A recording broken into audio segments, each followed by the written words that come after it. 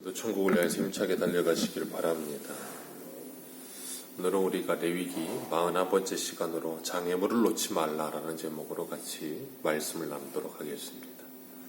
하나님께서 이스라엘 백성들에게 레위기 19장에서 십계명을 바탕으로 거룩한 삶에 대하여 말씀하고 계십니다. 하나님께서 계속해서 너희는 거룩하라 하시면서 나는 너희 하나님 여호와니라 그러셨어요. 그리고 나는 거룩하니라 그러셨습니다. 하나님께서 우리를 구원하실 때 그 구원은 우리를 지옥에서 건져주시어서 천국에 들여넣어 주셨다. 그것으로 끝나는 설명이 아니라 지옥에서 건져내셨고 하나님의 백성이 되게 하셨으며 천국 백성이 되게 하셨고, 그리고 그때부터 우리들을 하나님을 닮은 하나님의 형상대로 창조한 우리들을 하나님의 형상을 회복하며 하나님을 닮아가는 존재로 만드셨다는 거예요. 그래서 끊임없이 성령께서 우리 안에 내주하시면서 우리로 하여금 하나님을 더욱더 닮아가며 하나님께 더욱더 나아가도록 우리들을 계속해서 가르치시고 인도하고 계신다는 겁니다. 그래서 우리를 계속 그 거룩의 길로 걸어가게 하세요. 그 거룩의 실질적인 길에 대해서 오늘도 말씀하시면서 11절에 도둑질하지 말고 속이지 말고 거짓말하지 말라 그러셨어요. 10계명의 8계명과 9계명의 말씀이시죠. 사람들의 삶 속에 도둑질과 속이는 것과 거짓말이 빈번하게 나타나는데 그 이유는 무엇인가 하면 하나님은 두려워하지 않기 때문에 그런 거예요. 도둑질하거나 거짓말을 하거나 그리고 다른 사람들을 속이며 사는 것은 하나님을 두려워하는 사람이 그런 삶을 산다는 건 불가능한 일입니다. 하나님의 심판이 있는데 어떻게 그렇게 살 수 있겠어요? 그런데 하나님의 심판이 없다고 생각하며 하나님을 경외하거나 하나님을 두려워하는 마음이 전혀 없기 때문에 그렇게 살아가는 거예요. 그래서 성도와 세상의 사람들의 구별된 특징 중에 하나가 뭐냐면 하나님의 계심을 믿으며 하나님을 두려워하는가 아닌가로 분명하게 이렇게 나눌 수가 있는 거예요. 세상의 사람들은 아무런 거리낌도 없고 아무런 양심의 가책도 느끼지 못하며 하나님을 두려워하지 않고 죄악된 삶을 살아요. 때로는 양심이 좀 살아있는 사람들은 양심이 찔림이 있을지라도 자신의 이익을 위해서라면 양심의 찔림을 묵살하며 마치 게하시와 같이 양심을 묵살하며 살아갑니다. 그러나 하나님의 사람들은 그렇게 살아갈 수가 없어요. 하나님께서 끊임없이 우리들로 하여금 그 말씀으로 우리를 경책하시며 인도하시기 때문에 그 말씀을 묵살하려고 해도 묵살되지가 않아요. 묵살하고 어떤 양심의 찔림을 받는 행동들을 한다 할지라도 그것이 계속해서 우리들로 하여금 괴롭게 하고 힘들게 해서 회개할 수밖에 없게 만드세요. 바울은 빌립보서 2장 12절에 이렇게 말합니다. 너희가 나 있을 때뿐 아니라 더욱 지금 나 없을 때에도 항상 복종하여 두렵고 떨림으로 너희의 구원을 이루라 그랬습니다. 그 말은 하나님 앞에 살아간다는 믿음의 고백이 있는 삶을 살라는 거예요. 두렵고 떨림으로 사람이 나를 보든지 보지 않든지 하나님께서 언제든지 나를 지켜보고 계신다는 그 믿음과 인식을 가지고 오늘을 살라는 거예요. 그렇기 때문에 신전의식이라고 하죠. 여호와 앞에서, 하나님 앞에서, 사람 앞에서가 아니고 하나님 앞에서 하는 거예요. 그래서 사람에게 하듯 하지 말고 죽게 하듯 하라 하시는 말씀처럼 언제 어디서나 누구를 대하든지 죽게 하듯 하여 주님께서 마태복음 25장에 말씀하는 것처럼 지극히 작은 소자 하나에게 한 것이 곧 나에게 한 것이라 하신 말씀처럼 성도는 누구를 대하든 죽게 하듯 하는 삶을 살기 때문에 언제 어디서나 뭐해요? 하나님의 마음을 가지고 그 사랑을 흘려보내는 삶을 사는 거예요. 그렇기 때문에 어떤 사람들은 착하게 살아야 천국 간다. 그렇게 말하는 사람들도 있어요. 착하게 살아 천국 가는 건 아니에요. 그러나 천국 가는 성도들은 착하게 살아갑니다. 왜냐하면 에베소서의 말처럼 빛의 자녀들의 열매는 착함과 의로움과 진실함이거든요. 그러니까 내가 구원받았고 하나님의 자녀가 되었으면 빛의 자녀가 되었다면 반드시 그렇게 살게 되어 있는 거예요. 왜냐하면 그게 하나님의 형상이고 하나님의 성품이기 때문에 그래요.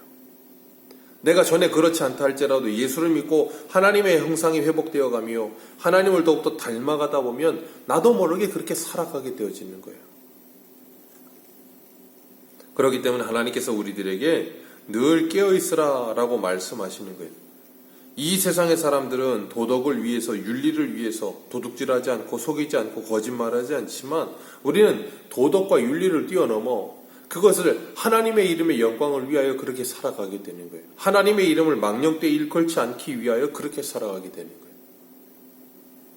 그러니까 내가 착한 사람이 되느냐 착한 사람이 되지 않느냐 그것이 중요한 게 아니라 우선되는 게 뭐예요? 하나님의 이름의 영광이 우선되는 거예요. 오늘 12절 말씀 우리 같이 한번 읽겠습니다. 12절입니다. 시작. 너희는 내 이름으로 거짓 맹세하고 내 하나님의 이름을 헛되게 하지 말라. 나는 여호와이니라. 아멘. 하나님의 이름으로 거짓 맹세하지 말라. 그 말은 뭐예요? 어떤 일을 내가 확신한다 그러면서 다른 사람을 속이는데 하나님의 이름까지 들먹이면서 그런 일을 한다는 거예요. 그러면서 하나님의 이름을 망령되이 일컫는 것을 아무렇게 거리낌을 느끼지도 않아요. 왜요? 자신의 욕심을 채우기 위해서 그런 죄악된 모습을 그대로 보여주는 거예요. 죄의 인식 자체가 그렇게 묵살되어 버리는 거죠. 다윗도 우리아의 아내 밧세바를 범할 때 아무런 죄의식을 느끼지 못해요. 제가 아까도 말씀드렸지만 성도는 그렇게 살 수 없는데 때로는 그렇게 살아가게 된단 말이에요. 그럴 때 하나님께서 끊임없이 우리를 책망하셔서 회개하지 않고 견디지 못하게 만드신다고 한 것처럼 하나님이 나단 선지자를 보내셔서 다윗을 찔러 그가 회개하도록 하나님께서 만들어내세요. 그렇기 때문에 우리가 하나님과 함께하는 삶을 살아간다는 건 하나님께서 우리 옆에 계시면서 우리의 삶을 계속해서 간섭하시는 거예요. 계속해서 잔소리하시고 간섭하시고 그렇게 살아서는 안 된다는 것을 우리 계속해서 끊임없이 우리를 붙들어 주시고 그래서 우리가 하나님의 말씀 밖으로 멀리 떠내려가지 않도록 우리를 붙잡고 계시는 거예요. 그게 성도의 견인이라고 하는 겁니다. 성령께서 내주하시면서 우리 안에 날마다 말할 수 없는 탄식으로 위해 기도하면서 그렇게 우리를 주님께로 더 가까이 이끌어 가세요. 그래서 13절에 또 보면 이웃을 억압하지 말며 착취하지 말며 품꾼의 젖을 아침까지 밤새도록 내게 두지 말라 그러셨어요. 쉬운 말로 말하면 갑질하지 말라는 거죠. 자기 스스로가 하나님의 자리에 올라서서 의의 자리에 있는 사람들을 억압하고 누르고 그 사람들을 착취하며 그 사람들을 너무나도 힘들게 하는 일. 오늘날은 비일비재하잖아요. 그런 모습들이 결코 사람다운 모습이 아니라는 거예요. 하나님의 형상을 닮은 하나님의 자녀들의 삶이 그래서는 안 된다는 거예요. 야고보서 5장 4절에도 보라 너희 밭에서 추수한 품꾼에게 주지 아니한 삭시 소리를 지르며 그 추수한 자의 우는 소리가 만군의 주의 귀에 들렸느니라 그러셨어요. 어떻게 그 소리가 하나님께 들렸다 그러시겠어요? 하나님께서 그들의 고통과 괴로움을 이미 아신다는 거예요. 이 당시에는 사람들이 하루 벌어 하루 먹는 사람들입니다. 우리나라처럼 이렇게 저축을 하고 부자가 되어 있는 그런 사람들이 거의 대부분이 없어요. 그러다 보니까 하루 벌어 하루 먹는 사람들이 그 품삯을 주지 않고 하루를 지나면 어떻게 되겠어요? 그날 하루 굶는 거예요. 그러니까 그 사람이 배를 골든지 그 사람의 가족이 배를 골든지 말든지 그거 상관없다라는 식으로 그렇게 살아가서는 안 된다는 거예요. 근데 오늘날은 그걸 목줄로 생각하잖아요. 그리고 뭐예요? 그 사람을 그것으로 목줄 삼아서 그 사람을 내 마음대로 좌지우지하고 싶어지는 거예요. 그게 뭐예요? 사람 위에 군림하려고 하는 거예요. 하나님께서 그것을 너무나도 싫어하시는 것인데도 불구하고 그렇게 하는 것이 무엇인가 대단한 존재가 된 것인 것처럼 착각을 하는 거죠. 그게 인간의 본성이죠. 요즘 전 세계적으로 유행하는 우리나라 그 오징어 게임이고요. 그게 그거예요. 돈 좀 있는 거 가지고 사람들의 목숨을 파리의 목숨처럼 여기며 그 사람들을 마음대로 조종하고 게임을 해요. 그게 말이나 됩니까? 근데 오늘날 현실이 그래요.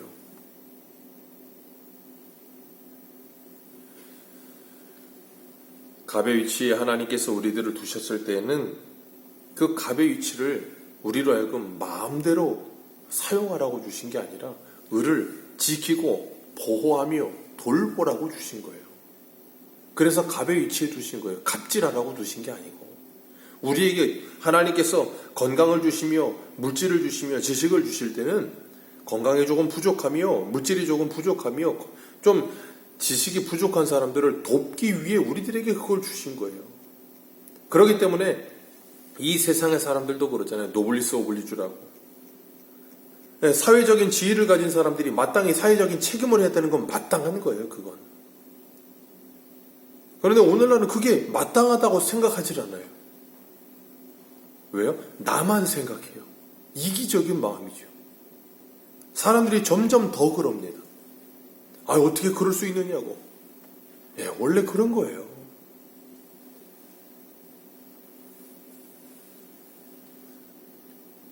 그게 당연해야 되는데 당연하지 않은 세상. 그러다 보니까 9개를 가져도 남의 1개를 빼앗는 것이 당연한 것인 줄 아는 세상. 하나님께서는 우리들에게 그렇게 살지 말라 그랬어요. 그래서 하나님께서 뭐라 그러셨어요? 어저께 10절에는 너희들의 포도원에서 열매를 거둘 때 가난한 사람과 거류민을 위하여 버려두라. 그들을 위해 버려두라. 버려두라는 말은 뭐예요? 그냥 내버려두라는 거예요. 그 사람들을 그냥 네가 뭘 그 사람들에게 주어라, 인심을 써라 그런 말도 아니고 그냥 버려두라는 거예요. 인심을 쓰지 않게. 그러니까 오른손으로 하는 일을 왼손이 모르게 너희들이 그걸 그냥 그 사람들에게 뭐 이렇게만큼 주면서 생색내지 말아라 그 말이에요.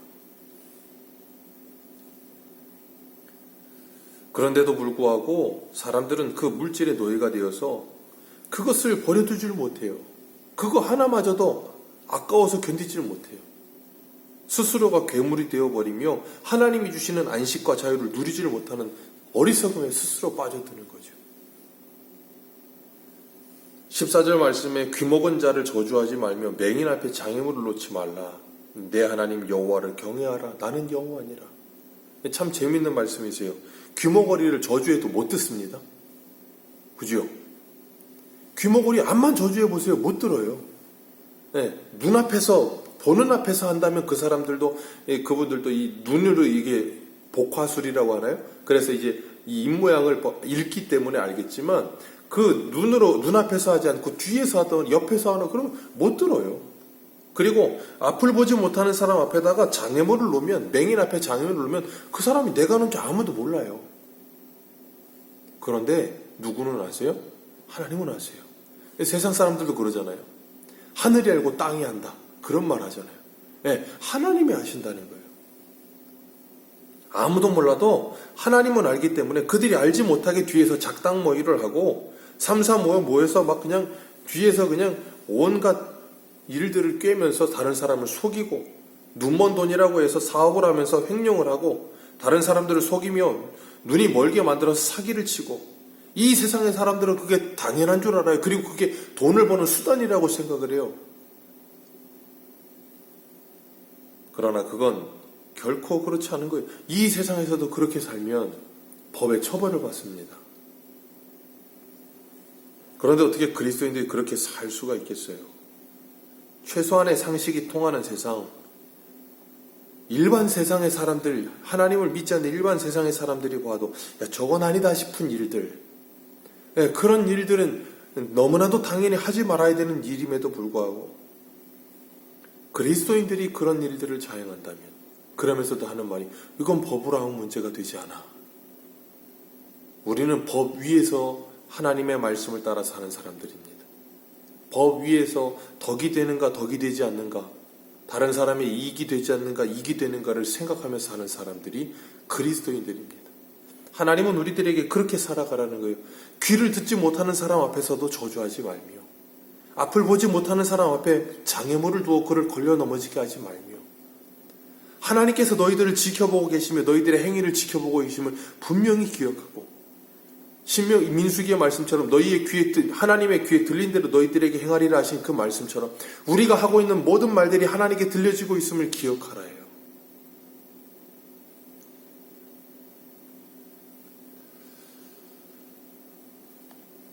그렇게 우리가 살아간다면 오늘날의 우리의 모습하고는 전혀 다른 모습이 되겠죠. 하나님이 우리를 지켜보시고 우리의 모든 걸 듣고 계신다는 걸 생각한다면. 요번에 또 어떤 잘 나가는 남자 탤런트가 또 갑자기 그냥 완전히 무너졌더라고요. 참 안타까운 일이긴 하지만 그런 일들이 공개적으로 드러나게 될 때 완전히 무너지지만 드러나지 않으면 어떻게 돼요? 아무렇지도 않은 것처럼 살게 될 거예요. 또 그러나 그 드러난 일로 인해 그 사람도 그렇고 분명히 그 사람의 인생이 전환점도 오겠죠. 그런데 하나님이 우리를 지켜보고 계신다고 한다면 우리가 어떻게 그렇게 살 수 있겠어요?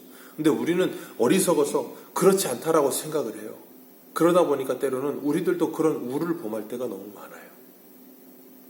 다윗이 우리아의 아내 밧세바를 범할 때 하나님이 지켜보고 계신다는 생각이 일이라도 있었다면 그런 일은 불가능해요. 그런데 그렇지 않다라고 생각을 하는 거예요. 다윗도 그래요. 우리들도 그러다 보니 우리 일상 속에 얼마나 많은, 생각해 보세요. 우리가 하고 있는 행동, 우리가 하고 있는 말들이 다 녹화가 되어서 방송에 나온다고 생각해 보세요. 어떻게 생활하겠어요? 네, 방송에만 나온다고 생각해도 아마 우리는 우리의 입에 파수꾼을 두게 될걸요. 우리의 행동을 절제하지 않을 수가 없을걸요. 방송에만 나온다고 해도. 하나님은 방송보다 못하신 분입니까?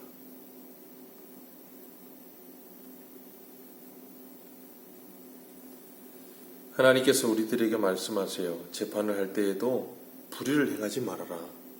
가난한 자나 부한 자 어느 누구도 두둔하지 말고 공의로 재판을 해라. 하나님은 우리들에게 공의와 정의가 살아있는 세상을 살아라라고 말씀하세요. 왜요? 하나님의 성품이 공의로우시고 하나님의 성품이 정의로우시거든요. 그렇기 때문에 그리스도인과 성도들은 세상에 소금과 빛이 되어 사는 거예요. 왜 오늘날 그리스도인들이 이렇게 세상을 향해서 목소리를 내고 왜 그렇게 합니까? 이유는 하나죠. 사회가 점점점 어두워져 가고 있기 때문인 거예요. 그래서 목소리를 내는 것은 당연한 일입니다. 그런데 그 방법은 바꿔야 되겠죠.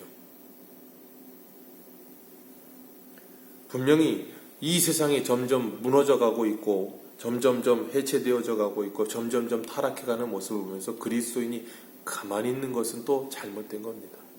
분명히 우리가 우리의 자리에서 이 사회가 더욱더 무너지지 않게 지키는 일을 해야 되는 것은 우리의 사명이에요.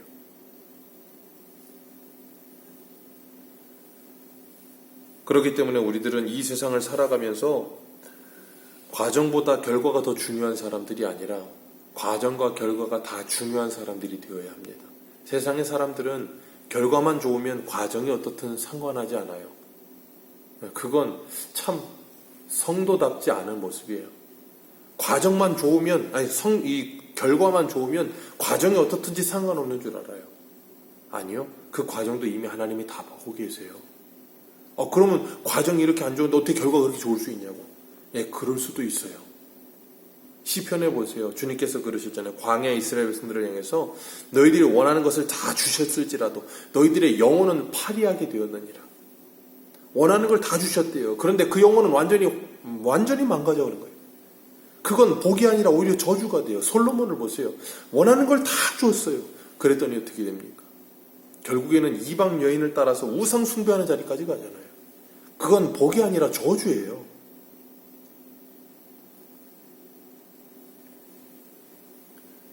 16절에 백성들 중에서 돌아다니면서 사람을 비방하지 말고 이웃의 피를 흘려 이익을 도모하지 말아라. 다른 사람이 죽든지 말든지 상관하지 않는 삶이 아니라 다른 사람의 유익을 위해 살아라요. 이리저리 돌아다니면서 비방하고 중상모략하고 헐뜯고 이웃의 피를 흘려가면서 내 이익을 도모하면서 그것을 즐거워하고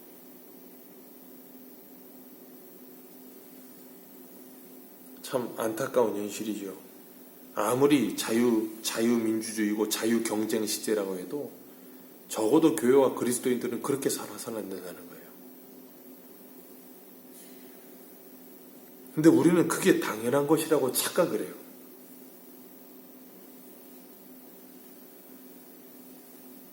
하나님께서는 우리들에게 말씀하세요. 우리가 하나님의 말씀을 따라 살아가면서 하나님의 백성다운 마음가짐과 하나님 백성다운 생각을 가지고 이 세상을 살기를 원하세요. 그래서 이 어두워져가는 세상 속에 하나님의 나라를 이루어가기를 원하시는 거예요. 세상의 나라가 아니라. 세상의 나라는 세상 나라와는 전혀 다른 구별된 거룩한 하나님의 나라를 살아라라고 말씀하고 계시는 거예요. 그게 저절로 세상의 소금과 빛이 되어 있는 모습이에요. 그러기 위해 우리는 하나님의 말씀을 통해 우리의 물질관도, 우리의 세계관도, 우리의 가치관도 변화되어서 우리가 바라보는 관점이 세상 사람과는 달라져야 되는 거예요. 그럴 때 우리의 삶은 세상의 사람들과 저절로 구별되어지는 삶을 살게 되는 거예요. 그러니까 내 속의 마음과 생각이 변화되지 않고는 그런 삶이 사라지지가 않죠. 그래서 그 말씀 안에서, 예수 그리스도 안에서 하나님의 백성은 어떻게 살아야 하는가, 어떻게 구별되어야 하는가, 어떻게 거룩하게 하나님의 영광을 위해 살아가야 하는가, 구체적으로 말씀을 통해서, 말씀을 알아가면 알아갈수록 더 뭐하게 돼 있어요? 하나님을 닮아가게 돼 있죠. 호세아 4장에 주님 뭐라 그랬어요? 내 백성이 지식이 없으므로 망하는도다. 호세 6장에 뭐라 그래요? 여호와를 알자, 힘써 여호와를 알자. 하나님이 우리에게 뭘 요구하시며 하나님이 우리에게 뭘 원하고 계시는가를 알자. 우리가 변화되어 새로운 삶을 살아가면서 다른 사람의 길에 장애물을 놓으며 그 사람을 그 장애물에 걸려 넘어지게 하며 피를 흘리게 하는 삶이 사는 게 아니라 다른 사람에게 예수 그리스도 그 생명의 길을 내어주는 복된 하나님의 사람들로 사시기를 주님의 이름으로 축복합니다. 기도하겠습니다.